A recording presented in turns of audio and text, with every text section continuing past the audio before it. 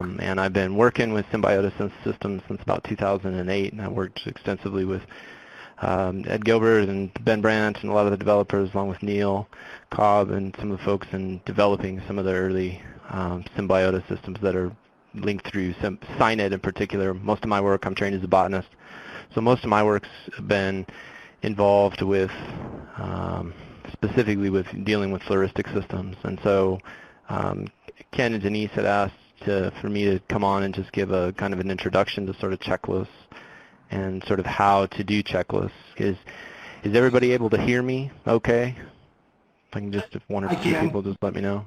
Okay. You sound great. Okay, sounds good. So what I'm going to do is I'm going to kind of focus mostly on the Cal IBIS site and sort of walk you through some of the basics. I'm not going to really kind of give a broad introduction. I'm going to walk basically through some of the key things that you're going to need to know on the system. And then I'm going to kind of talk a little bit about both the Consortium of California Herbaria, as well as the site that I've worked on for years, the Public Lands Flora Inventory, the Public Lands Flora.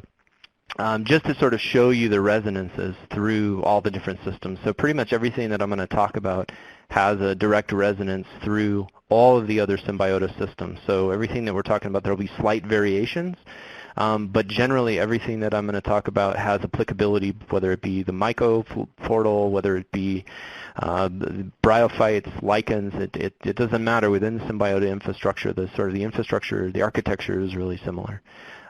So to get started, the first thing that you need to know is to have an account. So I've already, as you know, in my screen, you can see that I've already logged in. It says "Welcome, Steve."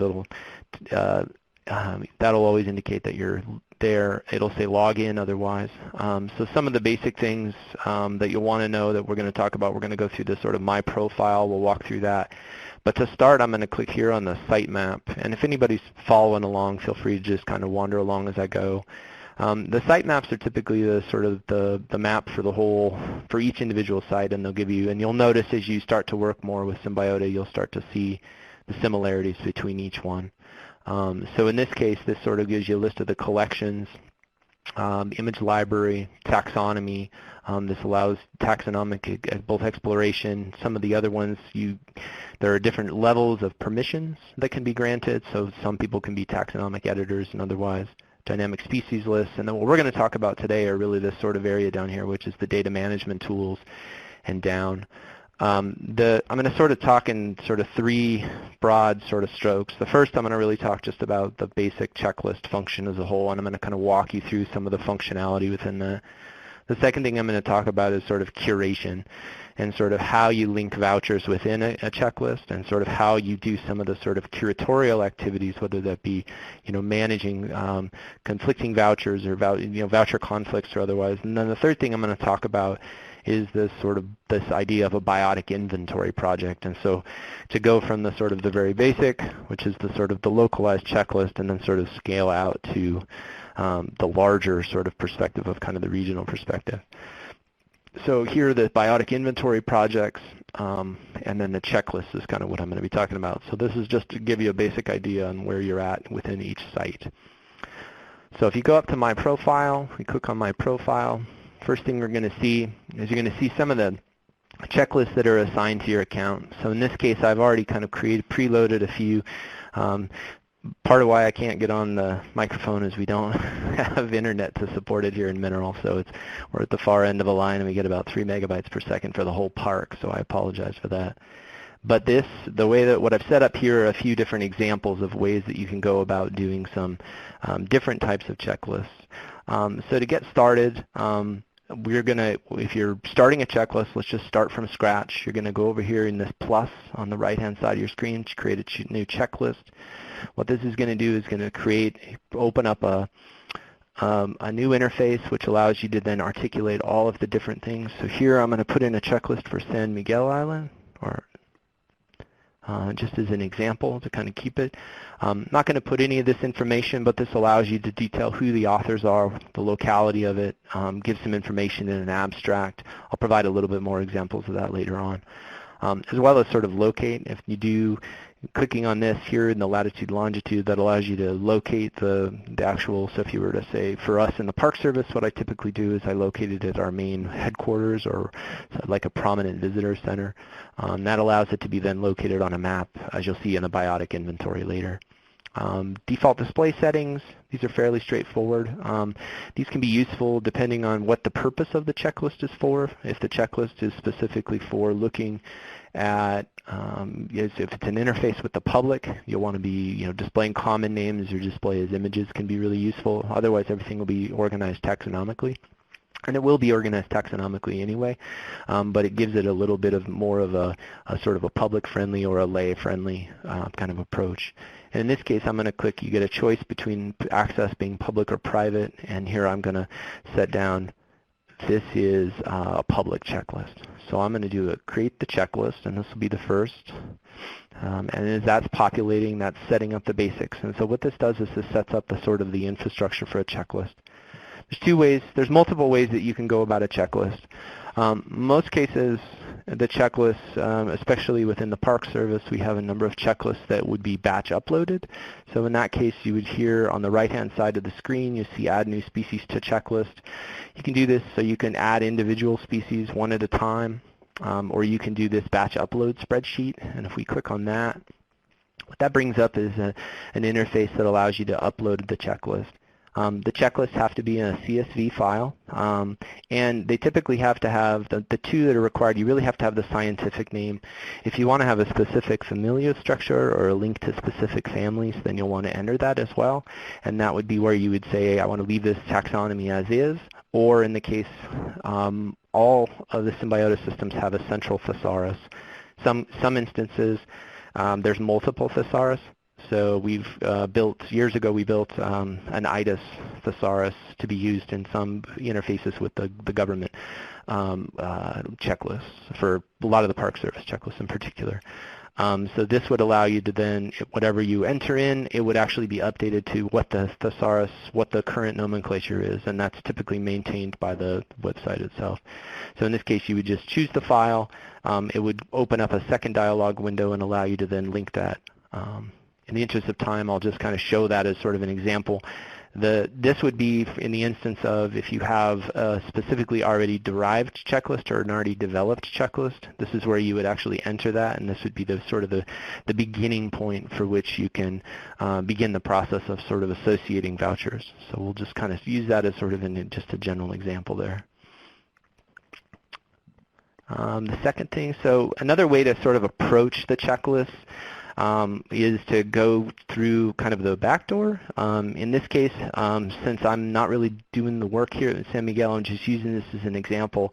One of the ways that I've been doing this is to go through through these different buttons. In the upper right corner, you see three. One is checklist administration, and if we open that one, this provides you with basically all of the basic administrative functions of your checklist. So this allows you to assign editors.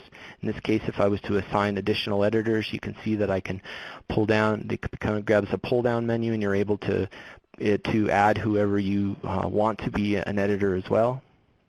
Inventory projects assignments, this will come later once it's assigned to an inventory project, and then permanently removing the checklist. This is your sort of ultimate delete button within the system. But it does have to be, the one thing that's important to remember is that if you do assign it for an inventory project, then it has to be removed from all of those inventory projects before you can delete the checklist.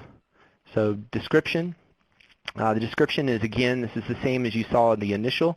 When you create a checklist, this is the sort of basics, and you can provide as much or as little information as you do. Citation is really important if you're doing this work that I did at the Organ Pipe National Monument with Richard Felger and others. This was the one where we actually published this within Kenosha, within Arizona, and this was, so that's where you would want to put that citation and other types of information. So there's a lot of information that can be, you can dial it up and dial it back. Related checklists, this is yet another function of a system what's called a parent-child checklist, and this I'll come to in that third part when we start to talk about the biotic inventory and how you can kind of aggregate checklists. This is a real important function kind of later down the line once you've created checklists. So we'll back out again, back to the checklist itself. And then the next, we'll move over to the next function here in the little upper right corner. And just a note of word of caution, you won't see these typically unless you're the editor on the checklist. So these three little pencils that indicate editing will actually only appear once you are the editor. So if I'm going to pass over vouchers and come right back to it, but in this last one here for species, if you want to edit the species list, you will need to click that, and again, it creates another dialog box there on the right-hand side. This allows you to enter the taxon directly, allows you to override the family. So if you have a specific, if you're wanting to be represented as a specific species in a specific family, this is where that actually would work. And there's other functionality within the system that allows you to do that. And then this is again where the batch upload spreadsheet would be found. So another way to make a checklist would be to go here to the manage the linked vouchers. And this becomes important. This is a batch linking function ultimately that allows you to link. So if you were to upload a CSV file, you would have a checklist already pre-made.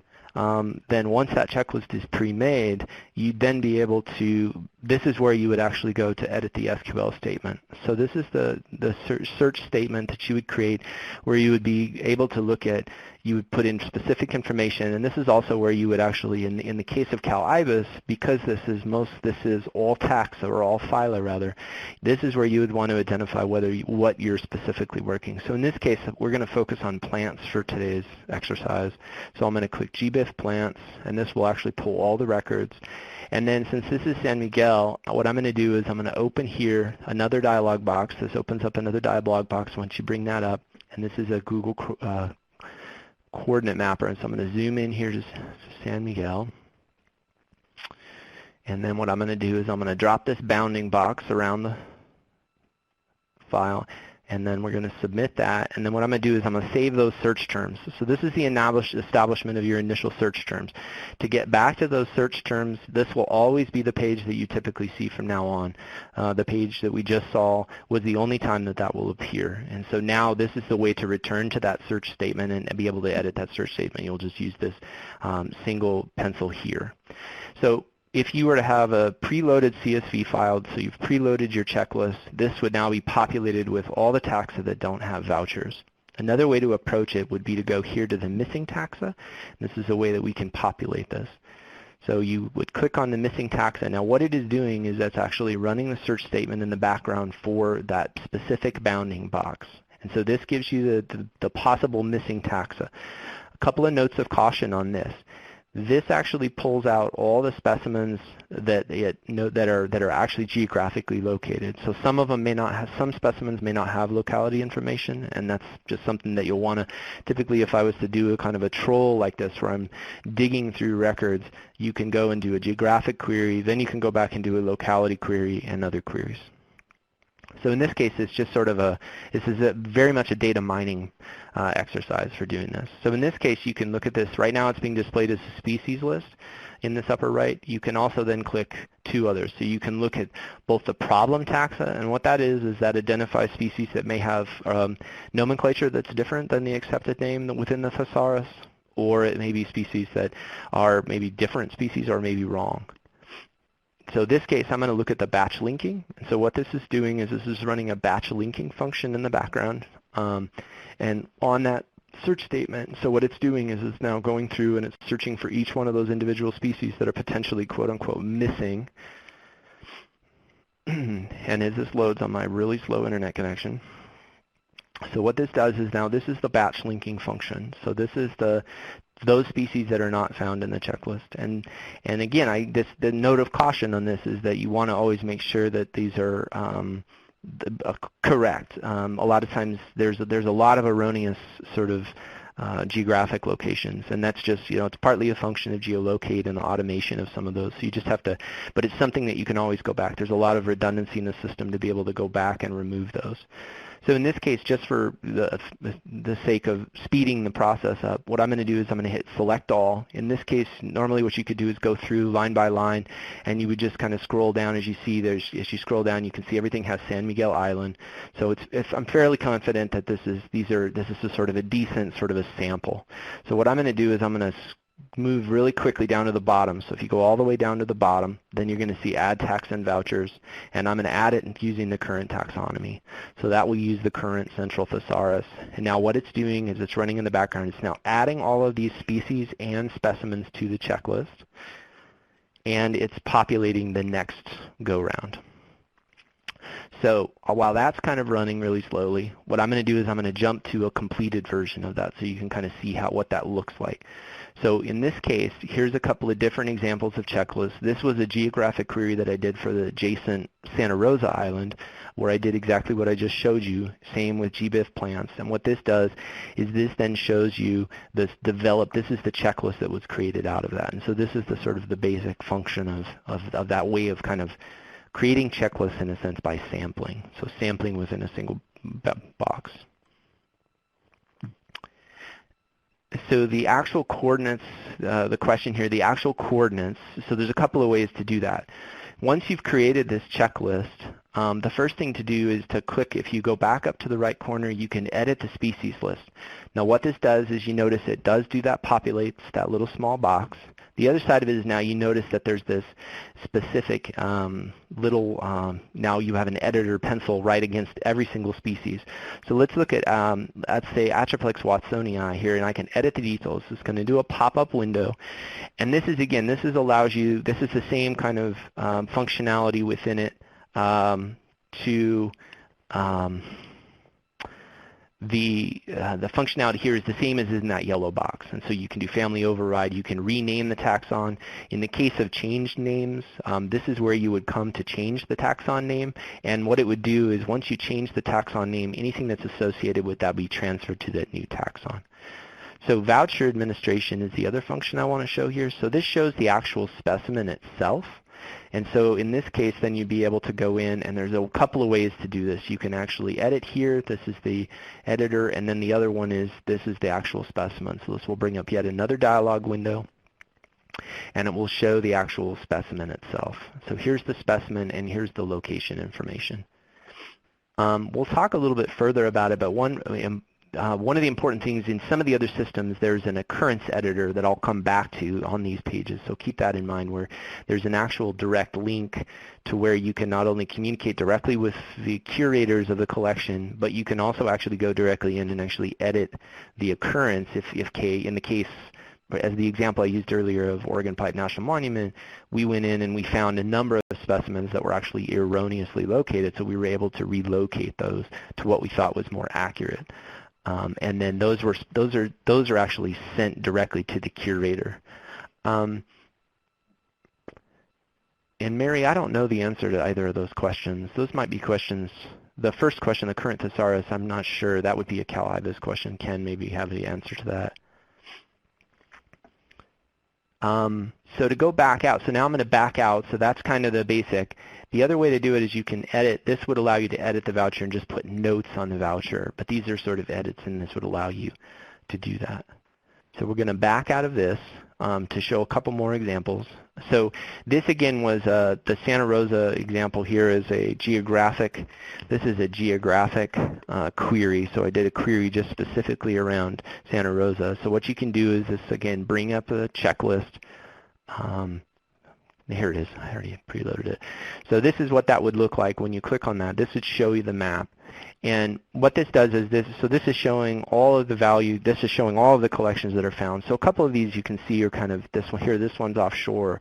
So if we were to click on this one and open it up, this shows you that, it gives you an example of where, in this case, it may not be a marine species. It may be, Scenoplectus is wetland species, but it may be adjacent further inland rather than there. And that's where one of the values of this is it allows you to actually go through and sort of find where there may be geographic errors. And so what you do, what this shows is each individual species has then a map, shows you exactly where it is. In this case, it shows you just a little slightly offshore, allows you to put comments, and then it also allows the linked resources. So what this does is this shows you linkages to both the data sets and also the voucher assignment to individual checklists. So in this case, it's assigned to the Santa Rosa Island, the geographic checklist, as it were. So it shows you that it was there. In order to take that off, if this is it's not accurate that it's on there, this is where you would go to delete that voucher link. And there's multiple places where you can go to delete those.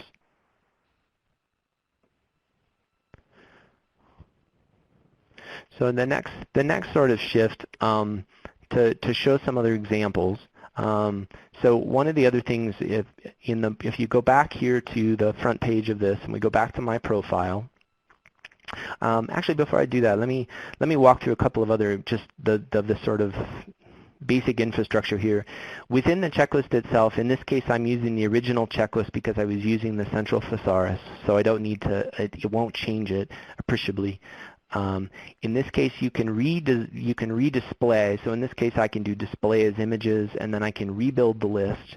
And this allows me to then show if in the images, and I'll do this on some of the other more populated sites, so that you can see. In this case, this will show mostly specimens, whereas in a lot of the other ones, we've used it for more of a field guide approach where we have actual physical photographs of those, and I'll show that. But this is a way to sort of to display. This gives you an example of how, for the public, it may be a useful tool to sort of display that as images. So I'm going to back out here and go to my profile as the next step. And I'm going to sort of shift a little bit more towards the sort of the curation.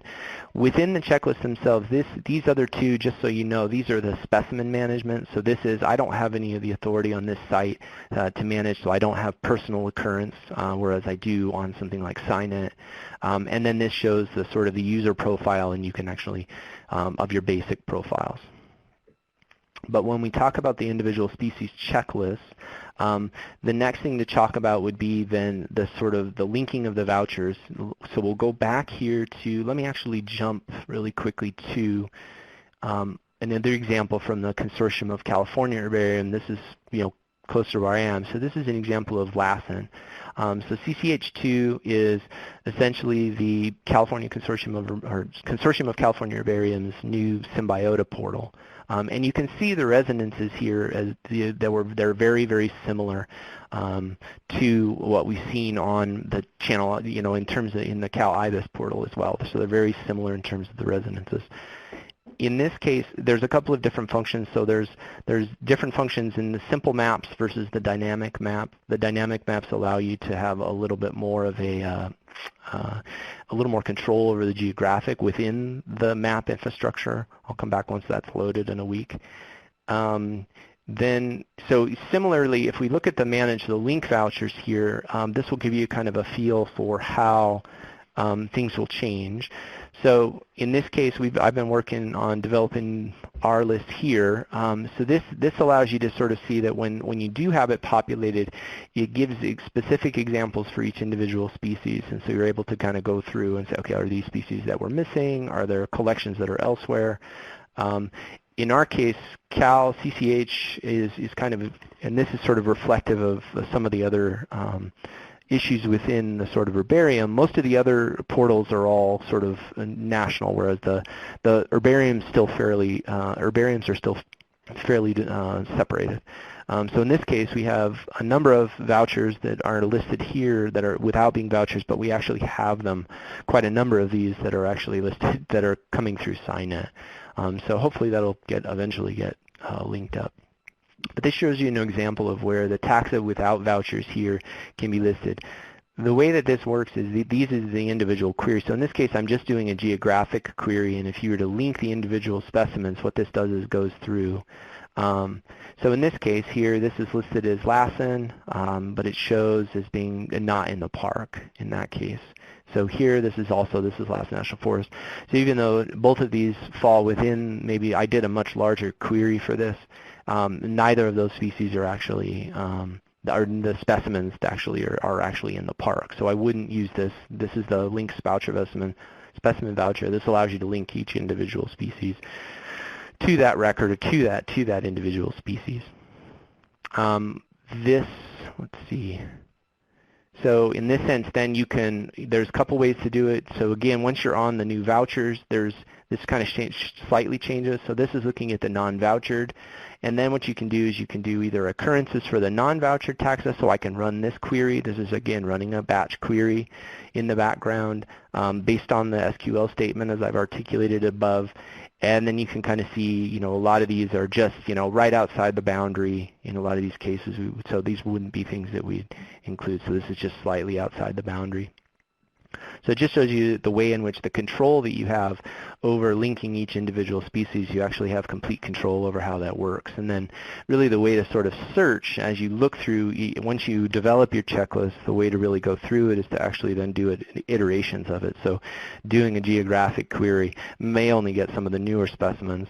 Then when you go back, you sort of do a broader query and kind of scale. I typically scale outward in terms of my queries, and then I'll look, go do sort of, some identifier like a locality. In this case, I use the word Lassen, but it's associated both with the national forest and with the park. So you just have to be careful with that. Again, the missing taxa, in this case, I developed the list and brought the list in here specifically. And then, so there was no need to do the kind of the reverse sample of the way that I showed you on the CalIBIS site. Voucher conflicts here, this is a really valuable tool. What this does is that anytime anybody does an annotation and it's entered into the system, it actually gets pushed upward into this. And so you would be able to know specifically different vouchers that you may have collected over time that maybe the names have changed or otherwise, and then you would be able to actually update those specifically. And so this is a way to keep your checklist updated, but also sort of this is another way to sort of see where maybe determinations have been changed, and so you'll need to go back and review or look at individual species. And then within the checklist, one of the values of this is that this is where the reporting process comes in. So once you've developed a checklist, a really detailed checklist, the checklist itself, the full species list, you're able to download the species list, and this will have all of the vouchers that you've actually linked. So this is a way to, if you want to extract the data, to pull the data out of the system, specifically with whether to put it into Esri or some other format, this is actually where that would happen.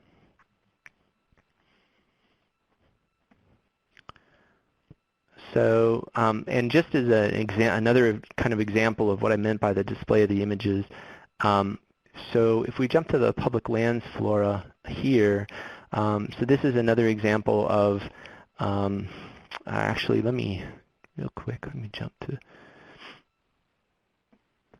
the Lassen. So in the case of Lassen, in this case, I've gone through and spent a lot of time at, associating images because this is a very public-facing checklist. So this allows us to sort of connect a little bit more, and so you can see you're able to go through within each of the individual species. You can actually go in and associate photos, and most of the time these are already done by a lot of the people who are crowdsourcing it and working on this the public lands flora actually is a skin that sits over CyNet. So essentially this is CyNet in the background, but this is just designed in such a way so that we could organize all of the agency floras, as you see. So this is just to get another example of kind of the iterative nature of Symbiota. But this gives you an example of sort of how you can make the checklist a little bit more public friendly and a little bit more for visual learners or people who don't have the taxonomic background or plant systematics background. So typically from the checklist, it depends on the site, Linda. The basic navigation, so in the case of most of the sites, if we go back to the Channel Islands, if you go to the sitemap, typically in the sitemap, once you're logged in, there'll be an access, there'll be a list for checklists, and that's typically where you associate it. That's typically where you can access individual checklists, as long as it's public. It has to be public. Most of the time, if there's a misspelling in the CSV will dump that specimen and it will show it. When you upload the file, it'll actually show you what conflicts there were and errors there were in the actual uploading. So you can, what I typically do is highlight when the errors come down, I typically highlight that and I'll drop that directly into my CSV file so I have a record of it. and then that way then I can go back and I can make sure that those specimens were added correctly if they were like a letter off. A lot of times it'll be one single letter or just a slight transposition of the species name, and that'll allow you to actually fix that. But to go back to Linda, go back to your question. I mean, it depends. I know I don't think even with CCH, the public lands is a little different in the sense that the agency floors, this one's very specifically organized as a management for checklists, because the idea here was to manage all of the checklists for all of the agencies across the U.S. I mean, the goal ultimately would be to connect everybody up into one system that just could draw from different checklists. And so it just depends on the different Symbiota site as to whether, and I'll talk in the next section as I shift to talking about the biotic inventory projects. That's another place where you can actually locate those. So in this case, the Flora projects, if we click here, this actually is a link to the back end of, so this is displaying SciNet's list of all the different Flora projects. And these are the actual biotic, the way to think about these are the biotic inventories.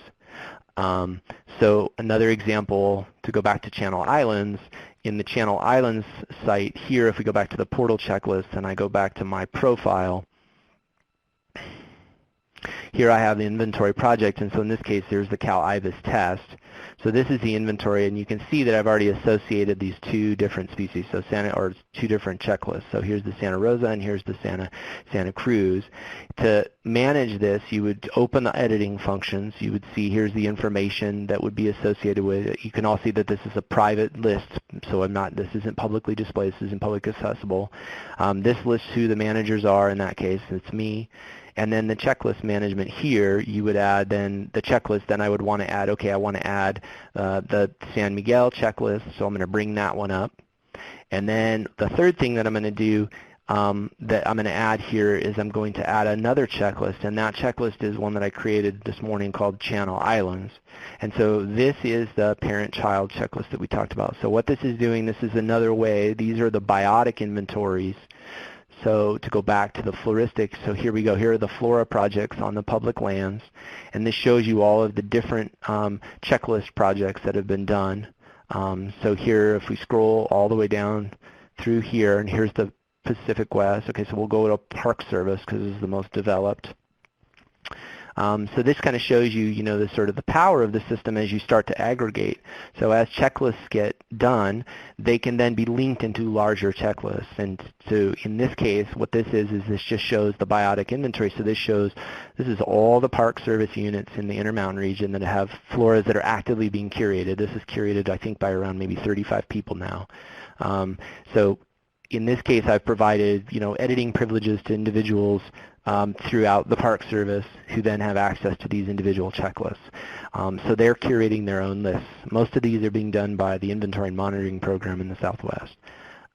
So for example, if we do, then what this does is you can then create what are called these parent-child checklist relationships. And so what this is if you click on here, in this case the example is the Flora, the National Park Service in the Intermountain region.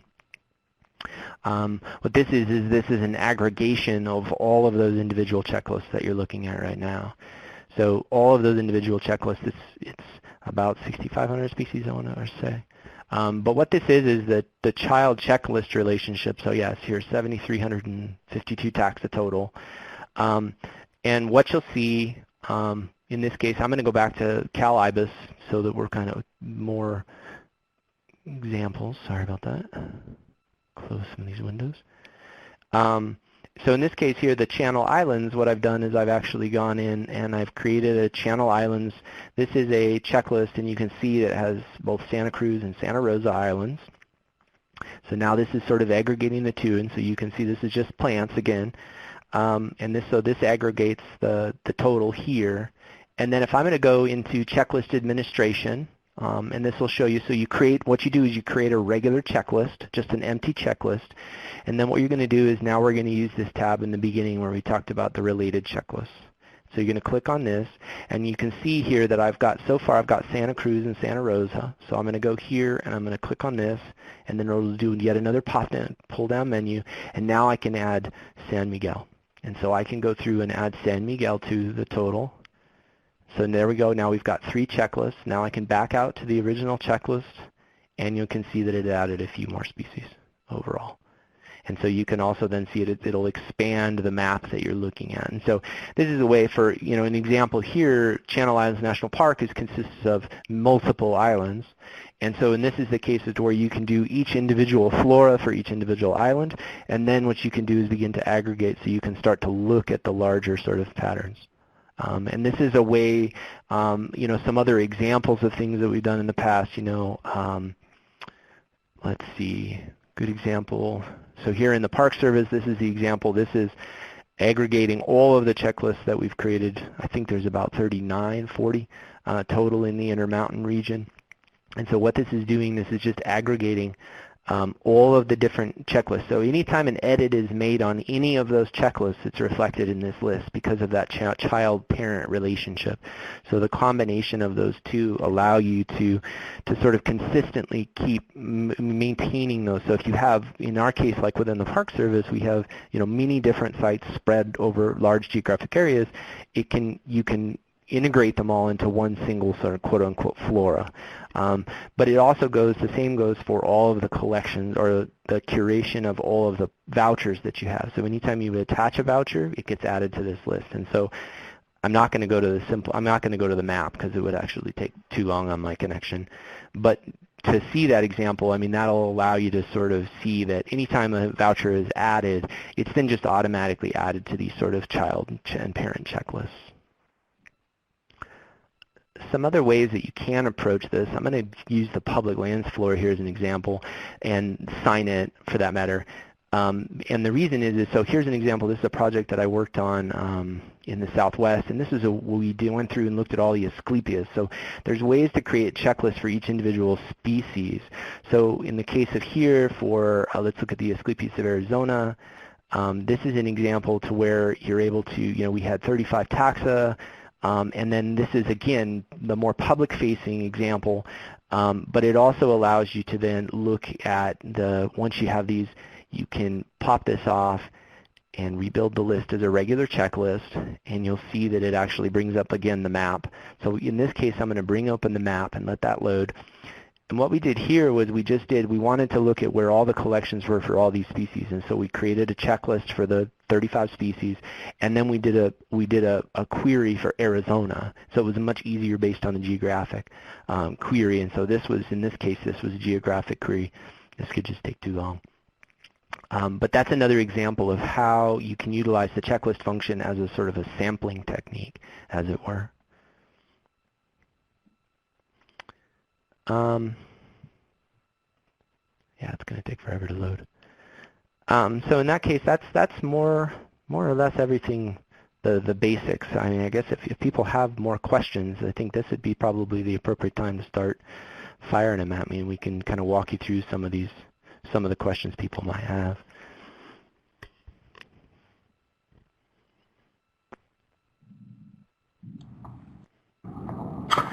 Thanks, Steve. And if you have a question, it's really best to use your microphone if it's working good.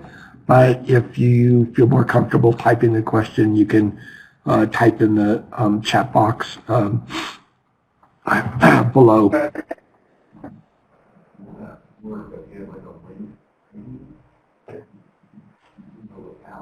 Yeah, shape file.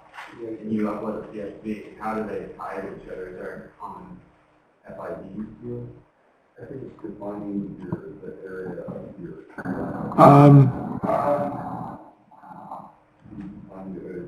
Jen, are you asking a question? Unless they won't get here. Oh, you can hear. Oh, sorry. Yeah, sorry. I didn't know you guys could hear it. How does it work for batch uploads when you have spatially explicit polygons that are not like found in squares, or maybe a survey tract? How do you tie those together? You can use those dynamic. Can you? I think I heard most of that question.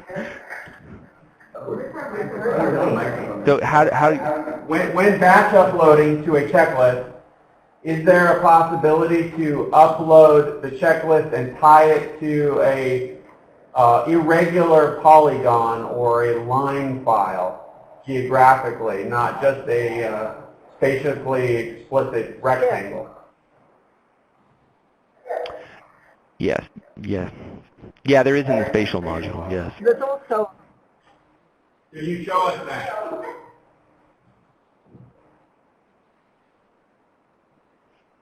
sorry, okay. Go ahead, The Mary. polygon drawing tool that find the area, you choose to use the latitude and longitude thing, but on the right-hand side of that, there's a polygon draw it around a map thing. The biggest problem I have with that is that I've been working in Pakistan. It's really hard to see the boundaries between the districts on it. What I would like to have, here I'm getting into my want, I'd really like it if sometime we could just upload shape files, and so get them for the United States. You can get them, you know, from Geological Survey and say this is the area, and then it could go in and pull records that have a latitude and longitude associated with them, but are within that area.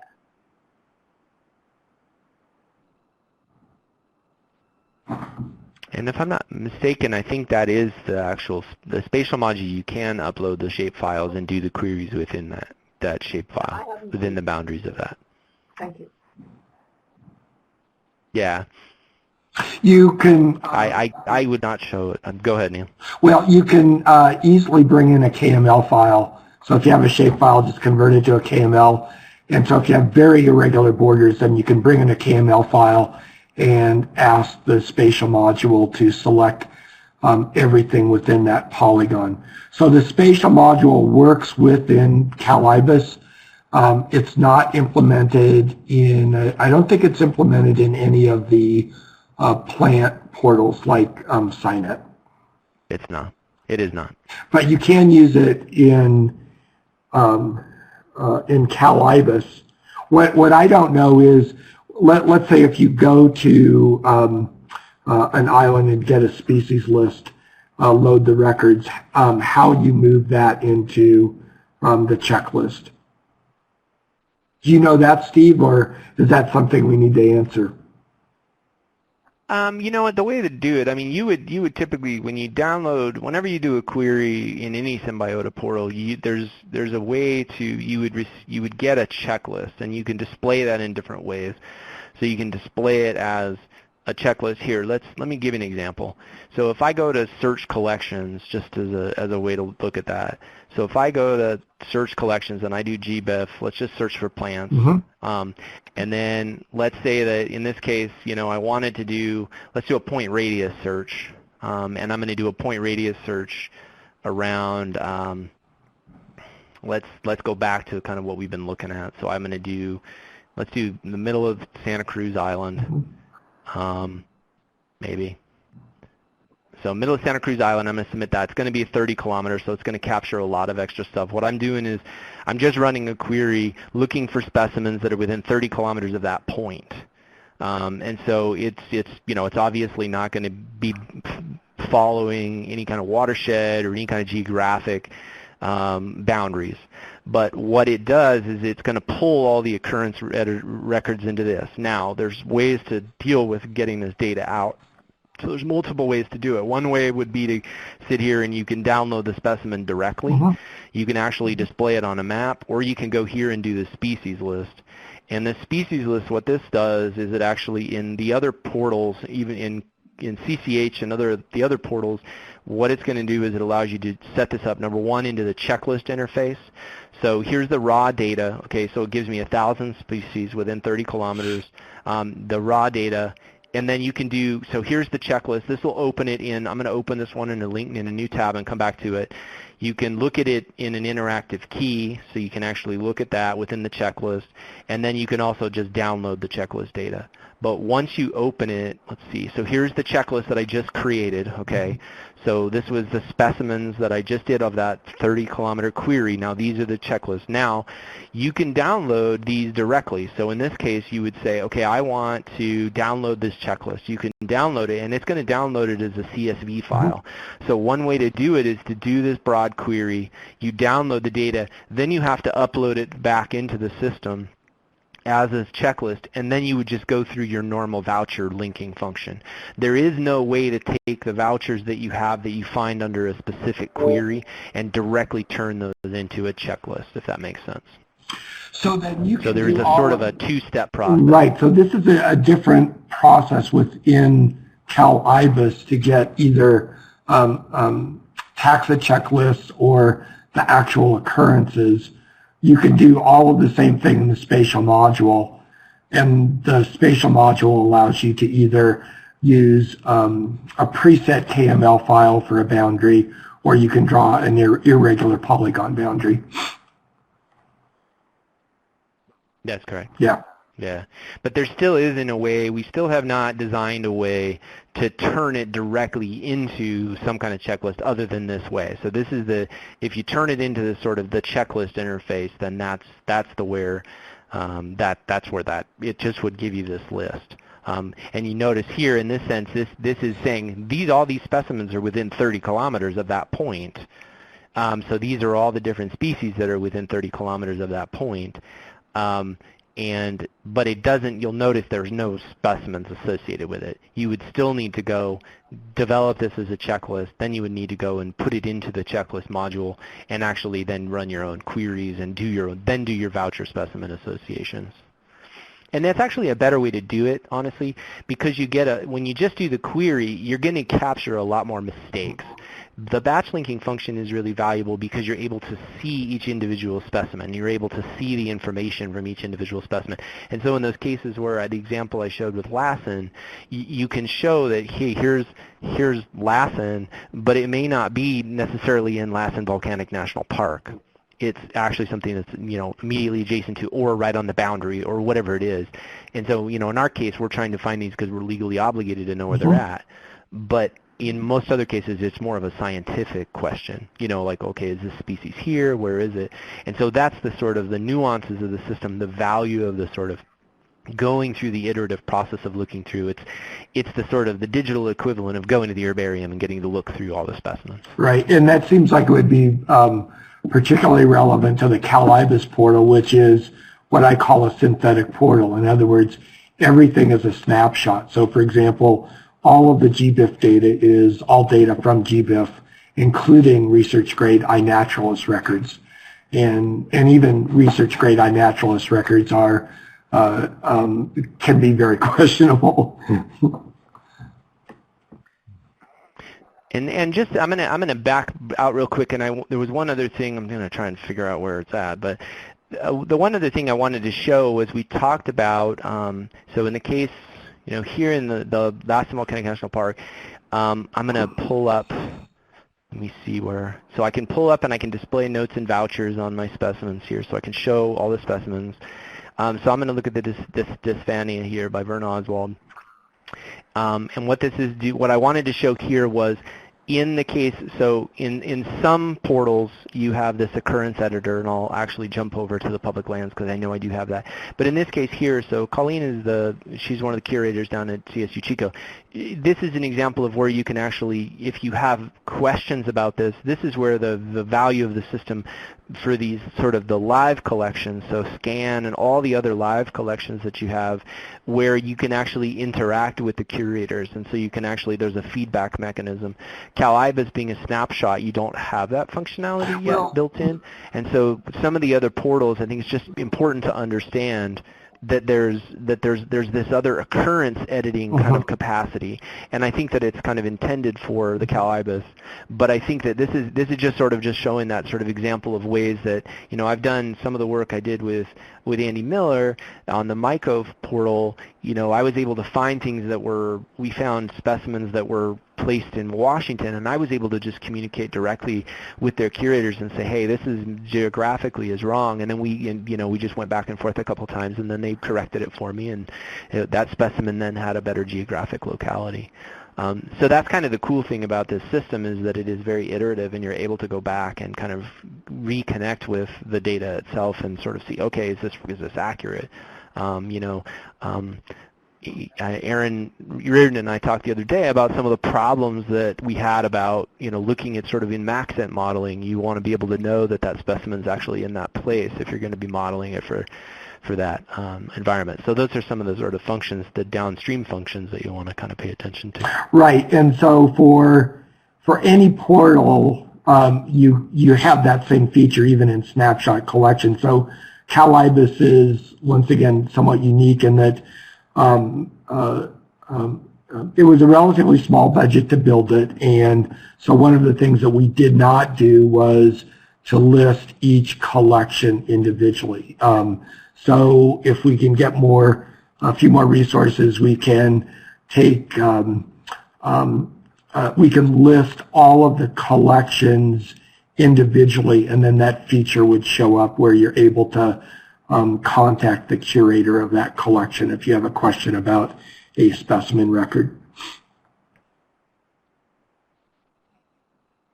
So it just shows another example of that sort of in the other portals. I mean, you can see the similarity of them as they go across each of the individual portals. Right. So in this case, Matt, at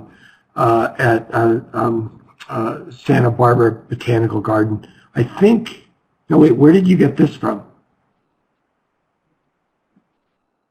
This is coming off of the public lands flora. So this is, I was just showing how from CCH has some specimens, and then their specimens kind of scattered all over the country. I mean, I think this is pretty typical of a lot of the protected areas, especially the parks, that have seen a lot of people come from outside. I know, Ken, and you and I talked about that, about how many specimens there are in and around the Channel Islands from people all over the world, frankly, or all over the U.S.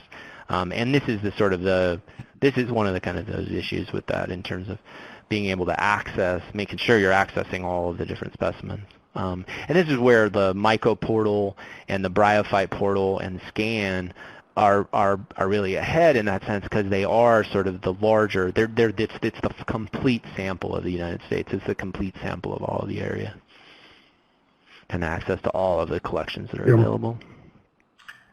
So are there any other questions?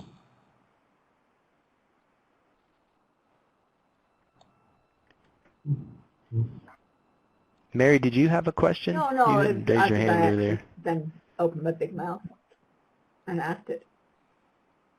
I guess my one concern is always this business of nomenclature, because what I'm using it for, but one thing I've commented on is I think that we can make much more use of checklists in teaching and for training field crews, giving them something that they could go up and say, well, these are the ones that you can see a lot of, get to know them. But I'm also using it in Pakistan. Right now I'm working on some very old floras to try to rescue the data from them and make it accessible. But then there's the updating the nomenclature. And I've started using the notes to indicate that this name is considered ambiguous, so that if somebody in the area is wanting to really look at it, it's a signal to say, this could do with some more research, because I think that is also useful sometimes to indicate to people there's some more research needed on this taxonomic group. And then I really like the parent-child thing, because when you've got somebody who's doing the equivalent of a flora of a county, you can have it contribute to the equivalent of a flora of a state in different areas. I love the checklist feature.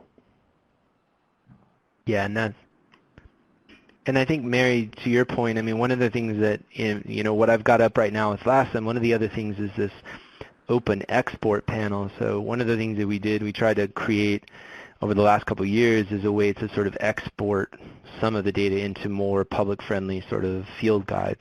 So in areas, especially like areas within Pakistan or Somaliland where Mary's been working, this was something that we intended as sort of a way to, once you develop some of this, and this sort of gets at the sort of larger question of these systems as more kind of data management systems. And in the case of FLORA, they're floristic information systems. So the linkages that you can make between two individual, from between the checklists themselves, and then to be able to connect them to downloading, a way to download that information specifically,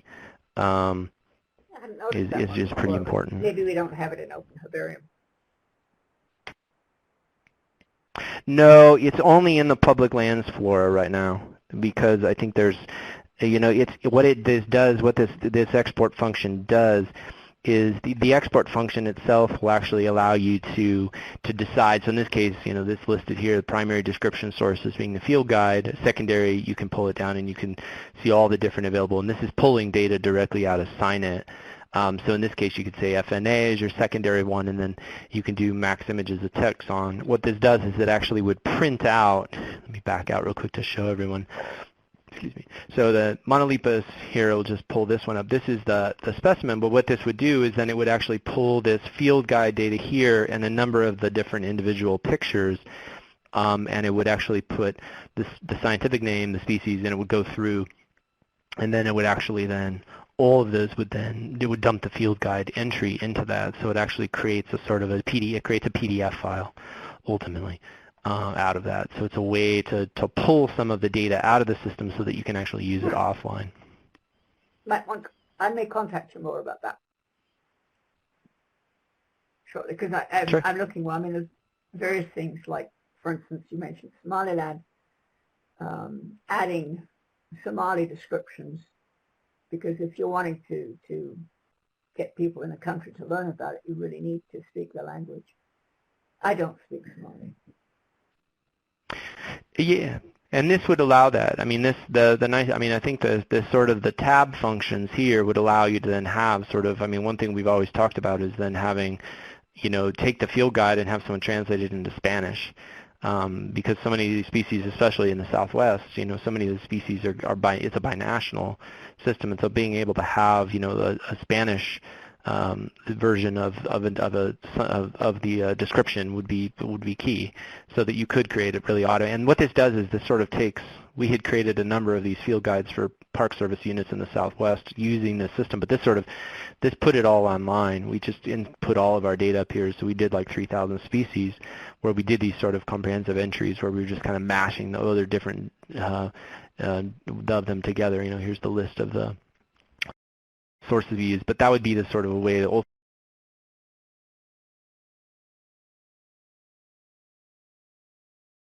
ultimately then translate them into other languages. Yeah. Yeah, and actually, I think you've got the grass manual up there. We've been putting the descriptions, etc., up in Open Herbarium, because eventually I do want to link these all to Herbaria, so we get the distribution maps coming from there rather than, because the old website had to be taken down. And what Gabriel Sanchez-Ken has allowed us to put up checklists for Mexico there. And so we are talking about how do we develop a sort of collaborative grass site that would have a strong North American component as well as serving all my other ones.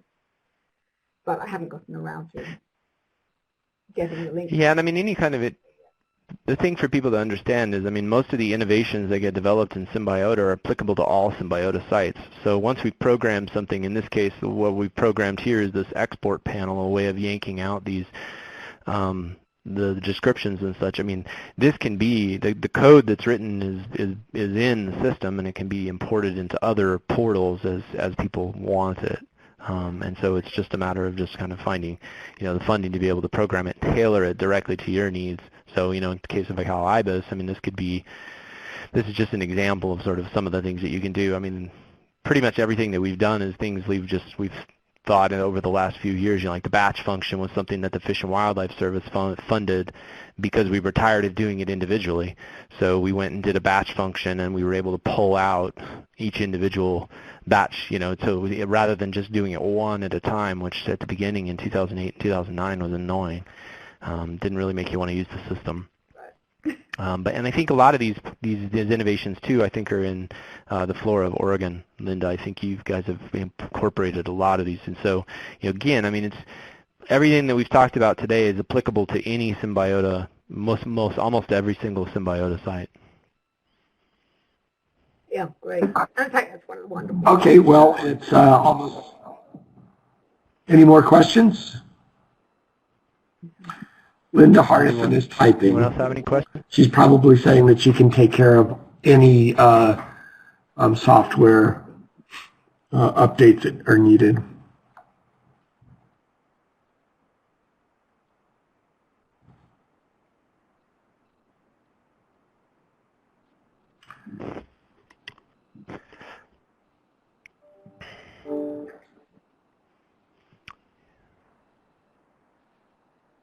And I'll actually put my personal stuff up if anybody wants to contact me. If they have any other questions, I'm happy to field them. Nice. And I think, Linda, to your point, I mean, I think that's actually the real value of the system itself. Is the incredible value of it is that it's able to. Oops, that's my old info. My email's still the same. There's a lot of opportunity. And with that, I will stop recording, and thanks for attending, everyone. So thanks, everybody. Appreciate it. Thank you. Bye. Okay, back to taxes.